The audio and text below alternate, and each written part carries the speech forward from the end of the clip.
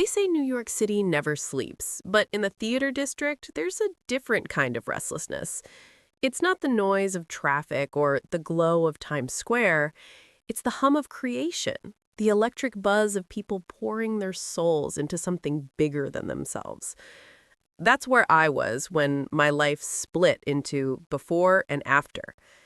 I remember standing in the wings of the theater on a Tuesday night in early spring, watching the stage crew adjust lights for what felt like the 100th time that day. My feet ached in a way that expensive sneakers couldn't fix, and my voice was tired from singing the same verse over and over until it sounded less like me and more like what everyone expected. I was Ariana Grande, yes, the pop star, the voice, the brand, but standing there in the shadows, wearing sweatpants and a hoodie pulled tight around my face, I felt like I was disappearing into someone else's idea of who I should be. That's when I first really noticed Ethan. He'd been there for weeks, of course. We were both working on the same production, both learning choreography and blocking, both pretending we weren't exhausted. But that night, something shifted. He walked past me carrying 2 cups of coffee from the bodega on 8th Avenue, the one with the blue awning and the cat that sits in the window. And without a word, he handed me one. "You look like you could use this," he said, his voice quiet, almost careful. I looked down at the cup. It wasn't some fancy order with oat milk and cinnamon. It was just black coffee, simple and strong, the kind you drink when you need to stay awake, not when you're trying to impress someone. "Thank you," I said, and I meant it in a way that surprised me. He nodded and walked away. No small talk, no lingering, no expectation of anything in return. Just kindness in its simplest form.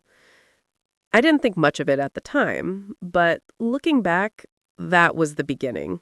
The first crack in the armor I'd been wearing for years. The weeks that followed blurred together. Rehearsals ran late into the night, bleeding into early morning subway rides back to different parts of the city. The production was ambitious, demanding, the kind of project that either breaks you or reshapes you entirely. I was used to pressure. I'd been performing since I was a kid. But this felt different. This wasn't about hitting the right note or nailing a dance move. This was about becoming someone else entirely, stepping into a character so raw and vulnerable that I couldn't hide behind my usual defenses. Ethan was going through the same thing. I could see it in the way he carried himself, the quiet intensity in his eyes during rehearsals, the way he'd sit alone during breaks, running lines under his breath. He wasn't trying to be a star, he was trying to be honest. And in an industry built on illusion, that honesty was disarming. We started talking more. Small conversations at first, about the script, about the director's notes, about the impossibly steep subway stairs at the 50th Street station. Then deeper things. About why we'd chosen this life, about what it cost us, about the parts of ourselves we'd lost along the way. "I miss being anonymous," I told him one night, sitting on the floor of the rehearsal space after everyone else had left. The city outside was still buzzing, but inside, it was just us and the echo of our voices. He looked at me, really looked at me, and I felt seen in a way I hadn't in years. "I think you're still you," he said. "You just forgot for a while." I wanted to believe him. I wanted to believe that underneath the headlines and the scrutiny and the endless cycle of performance, there was still something real, something worth holding on to.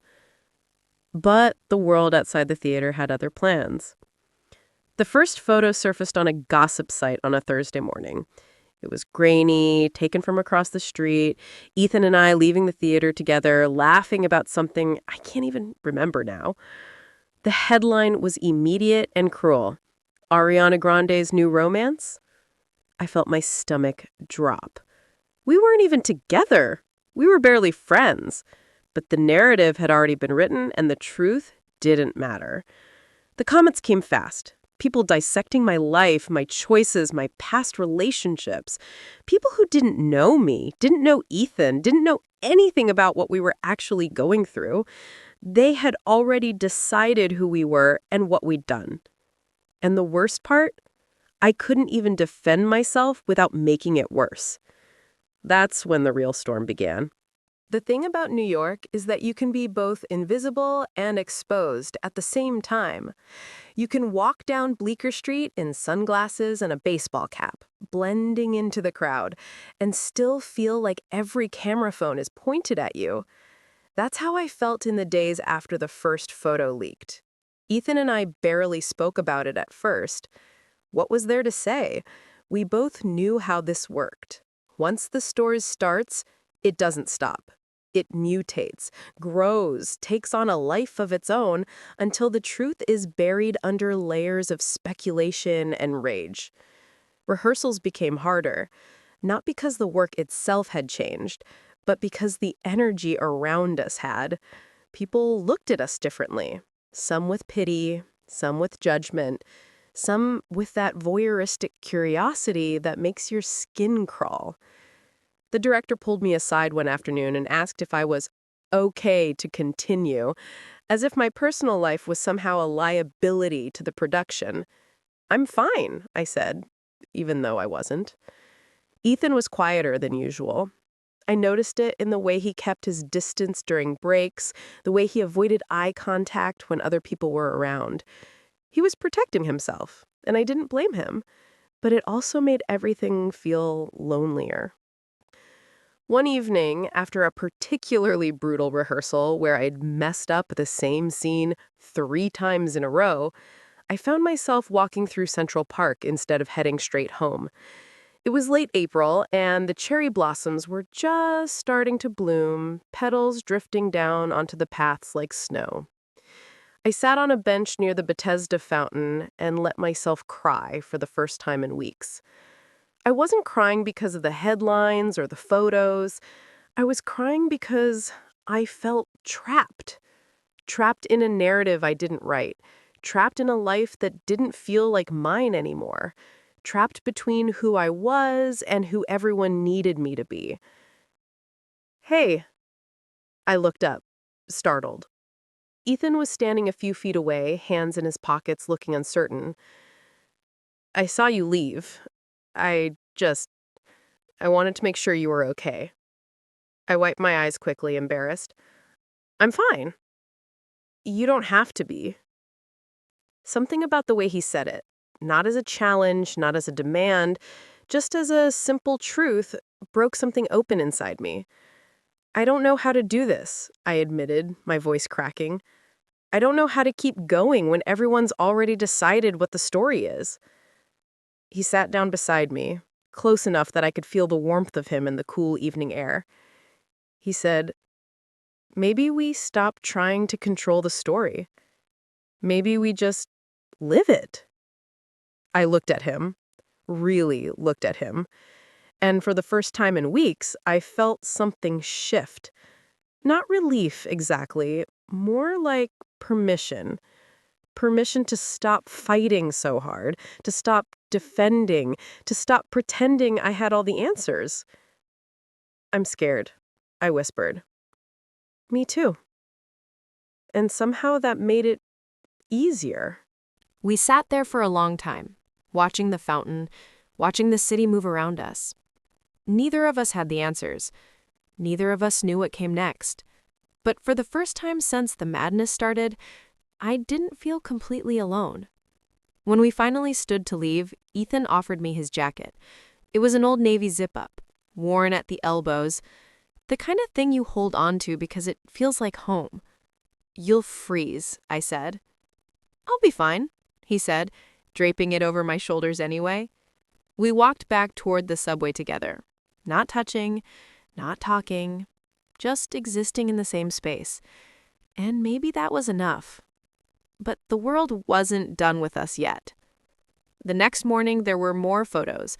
Us in the park. Us walking together. And this time the headlines were worse. They weren't speculating anymore. They were accusing. They painted us as reckless, selfish, destructive. They dug into our pasts, our relationships, our families. They turned a moment of quiet human connection into a scandal. I wanted to scream. I wanted to post a statement, to defend myself, to tell the truth. But my team advised against it. Any response just fuels the fire, they said. Let it die down. But it didn't die down. It grew louder. Ethan called me that night. His voice was strained, exhausted. I think we need to talk, he said. We met at a small diner in Hell's Kitchen, the kind of place with red vinyl booths and waitresses who've seen everything. It was nearly empty, just a couple of regulars at the counter and a guy reading the newspaper in the corner. Ethan looked tired. Not just physically, but emotionally. Like he'd been carrying something too heavy for too long.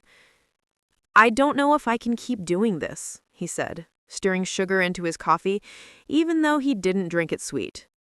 What do you mean? This, he said, gesturing vaguely. Us, the attention, the pressure. I didn't sign up for this. My chest tightened. Neither did I. I know, he said quickly. I'm not blaming you. I don't know how to be in your world, Ariana. I don't know how to live under a microscope. I wanted to tell him it would get easier. I wanted to promise him that the noise would fade, that people would move on, that we could build something real despite it all. But I didn't know if any of that was true. I don't know how to do this either, I said. I've been trying to figure it out for years, and I still don't have the answer. He looked at me, and I saw the conflict in his eyes, the pull between what he felt and what he could handle. But I don't want to lose you, I said, the words coming out before I could stop them. Whatever this is, whatever we're building, I don't want to lose it because the world decided it's wrong. He was quiet for a long time. Then he reached across the table and took my hand, his fingers warm and solid against mine. Then we figure it out together. And for the first time in weeks, I felt like maybe we could. Enjoying the story? Hit the like button, subscribe, drop your comment, and turn on the notifications. Let's keep going. Living in the eye of a storm is strange. You learn to move carefully, speak softly, exist in the narrow spaces between chaos. That's what Ethan and I did in the weeks that followed. We didn't hide, but we didn't flaunt anything either. We just kept working, kept showing up, kept trying to build something real in the wreckage. The production became our refuge. Inside those walls, under those lights, we could be exactly who we needed to be, just two performers trying to tell a story. The outside world didn't exist when we were on stage. The headlines, the comments, the judgment, it all faded into background noise. But the moment we stepped outside, it came roaring back. One afternoon in early May, I was grabbing lunch from a food truck near Lincoln Center, chicken over rice with extra white sauce, the way you're supposed to get it in New York, when a woman approached me. She was maybe in her 30s, dressed in business casual, holding her phone like a weapon. "You should be ashamed of yourself," she said, loud enough that people around us turned to look. I froze, container of rice still in my hands. "Excuse me?" "You heard me," she said. "You think you can just do whatever you want because you're famous? You think you can ruin people's lives and there's no consequences?" My face burned. I wanted to respond, to defend myself, to tell her she didn't know what she was talking about. But I also knew that anything I said would be recorded, posted, twisted into something even worse. So I just walked away. I called Ethan from the subway platform, hands shaking. "Someone confronted me," I said. "Just came up to me on the street and told me I should be ashamed." "Are you okay?" he asked immediately. "I don't know," I said honestly. "I don't know how much more I can take." "Where are you?" 72nd Street Station. "Stay there, I'm coming to get you." 20 minutes later, he was there, slightly out of breath from running. He didn't say anything at first, just pulled me into a hug right there on the platform, while trains rumbled past and strangers pretended not to notice. "We're going to be okay," he whispered into my hair. I wanted to believe him. We spent that evening at his apartment in Astoria, a small one-bedroom with mismatched furniture and plants on every surface. It was the opposite of my life. Quiet, simple, unguarded. He made pasta with jarred marinara, and we ate it on the couch, watching old episodes of a cooking show neither of us really cared about. "I like this," I said, twirling spaghetti around my fork. "The pasta?" "This. Being normal. Being anonymous." He smiled, but there was sadness in it. "You're not anonymous, Ariana. You'll never be anonymous again." "I know," I said, "but I can pretend for a little while." Later that night, we talked about what it would mean to actually be together. Not just stolen moments between rehearsals, not just private conversations in empty theaters, but really together. Public. Honest. Real. "It's going to get worse before it gets better," I said. "I know. People are going to say terrible things. They're going to dig into your life, your past, your family. They're going to make you wish you'd never met me." "They won't," he said firmly. "How do you know?" "Because I know what this is," he said, taking my hand. "And I know what it's worth." I wanted to cry, but I was too tired for tears. Instead, I just leaned into him, letting his steady breathing calm my racing heart. But reality has a way of crashing in when you least expect it. The next morning, a tabloid published a story claiming Ethan had left his wife for me. It wasn't true. Their relationship had been over long before we met, but the narrative was too perfect, too dramatic to let facts get in the way.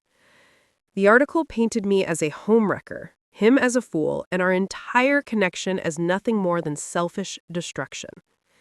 The backlash was immediate and vicious. My social media filled with hate. Ethan's did too. People who'd never met us, never seen us together, never bothered to learn the truth, they all had opinions, and they weren't quiet about sharing them. I locked myself in my apartment for 3 days. I ignored calls from my team, from my friends, from my family.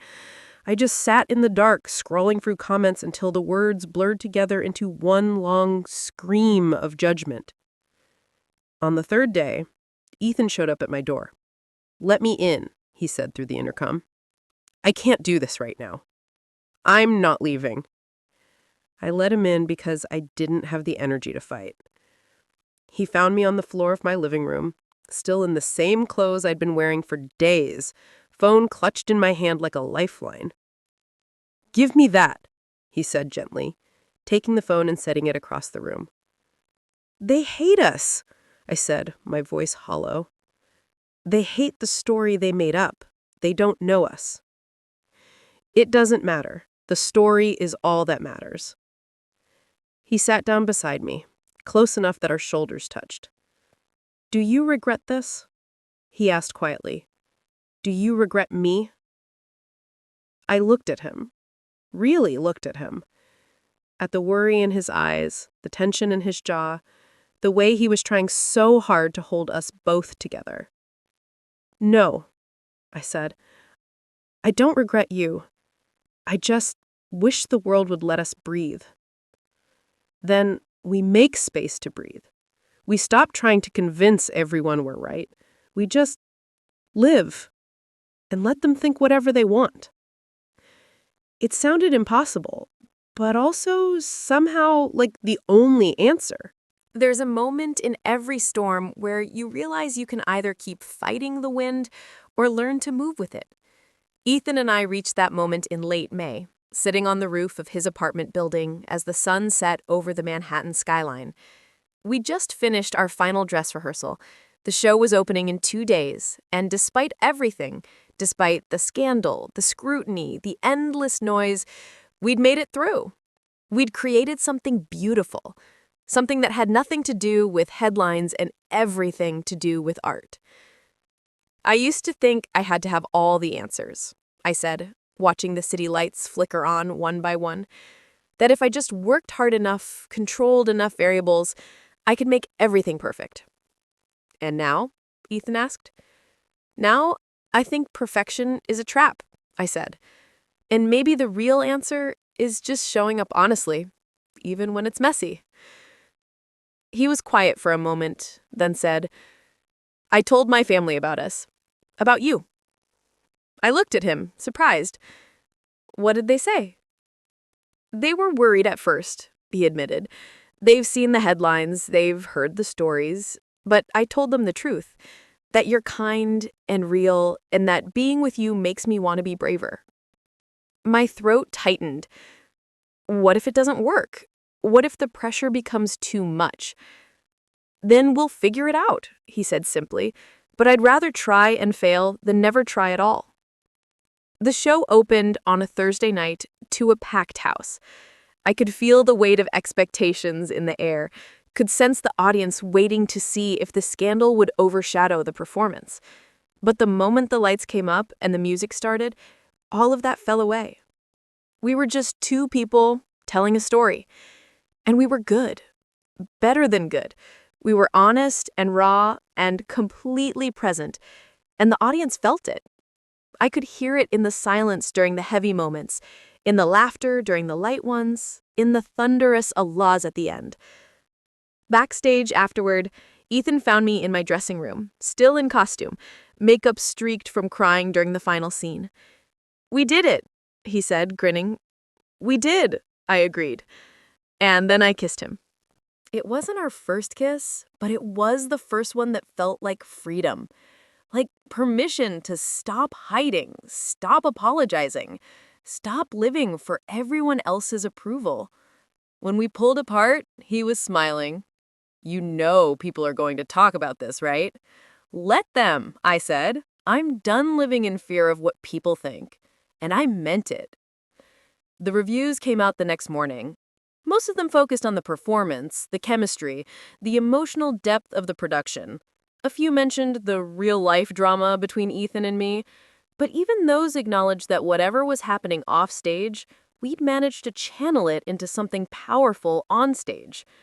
That weekend, we did something we'd been avoiding for months. We went out in public together. Just a walk through Central Park, no disguises, no hiding. We knew there would be photos. We knew there would be comments. But we also knew that we couldn't keep living in the shadows. People did take photos. Some people stared. A few even shouted things, mostly supportive, surprisingly, though there were still critics.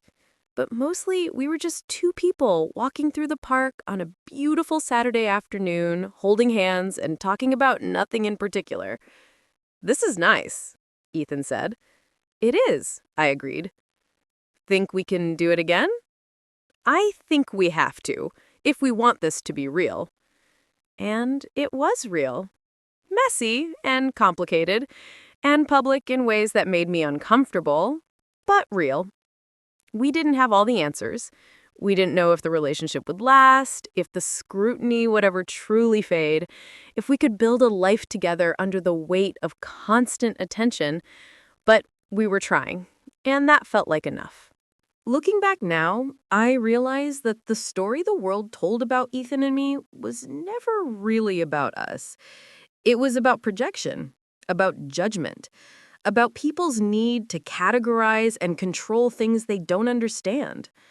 But the story we were actually living, the one that unfolded in quiet dressing rooms and on subway platforms, in late-night conversations and Sunday morning coffee runs, that story was ours, and it was beautiful in its imperfection. I learned something important during those months, that you can't live your life trying to convince other people of your truth. You can only live it, as honestly as possible, and trust that the people who matter will see you clearly. Ethan taught me that. He taught me that love doesn't have to be perfect to be real, that vulnerability isn't weakness, that sometimes the bravest thing you can do is just keep showing up, even when the world is screaming at you to quit. We're still together, though I won't pretend it's been easy. There are still headlines, still comments, still moments when the weight of public opinion feels crushing. But there are also quiet mornings in his apartment in Astoria, walks through the city we both love, conversations that remind me why I chose this, why I choose him over and over. I think about that night in Central Park sometimes, when I sat on the bench by the fountain and cried because I felt so trapped. I think about how Ethan found me there, how he didn't try to fix anything, didn't offer empty promises. He just sat beside me and said, "You don't have to be fine." That's what real love is, I think. Not the grand gestures or the perfect moments, but the willingness to sit in the hard places together, to hold space for each other's messiness, to choose connection even when it's complicated. The world will always have its version of my story. They'll write their headlines, post their theories, make their judgments. And I can't control that. But I can control how I show up, how I love, how I live. And I choose to live honestly, even when it's hard, especially when it's hard. Because the truth, the real, complicated, beautiful truth, is always worth fighting for. There's a lesson in that, I think. One that goes beyond celebrity gossip and public scrutiny. It's about having the courage to be seen, really seen, even when people are looking for reasons to judge you. It's about trusting yourself enough to follow what feels true, even when the path forward is unclear. It's about remembering that you're not the story people tell about you. You're the story you live, the choices you make, the love you give and receive. And sometimes the most revolutionary thing you can do is simply refuse to shrink, refuse to hide, refuse to let other people's fear become your own. I'm still learning how to do that. Ethan is too. We're both still figuring out how to build a life that feels authentic in a world that demands performance. But we're doing it together, and that makes all the difference. So, to anyone who's ever felt trapped by other people's expectations, who's ever been afraid to pursue something real because of what people might say, I see you. I understand. And I'm here to tell you that it's possible to choose yourself, to choose love, to choose truth, even when it's terrifying. The world will adjust, or it won't. But either way, you'll be free. And that's worth everything. If you watched until here, thank you. Tell me in the comments where you're watching from. I love reading your messages. Don't forget to like, subscribe, and turn on the notifications so you never miss another story like this. And if you'd like to support the channel, you can buy me a coffee. Any amount helps a lot. Link in the pinned comment.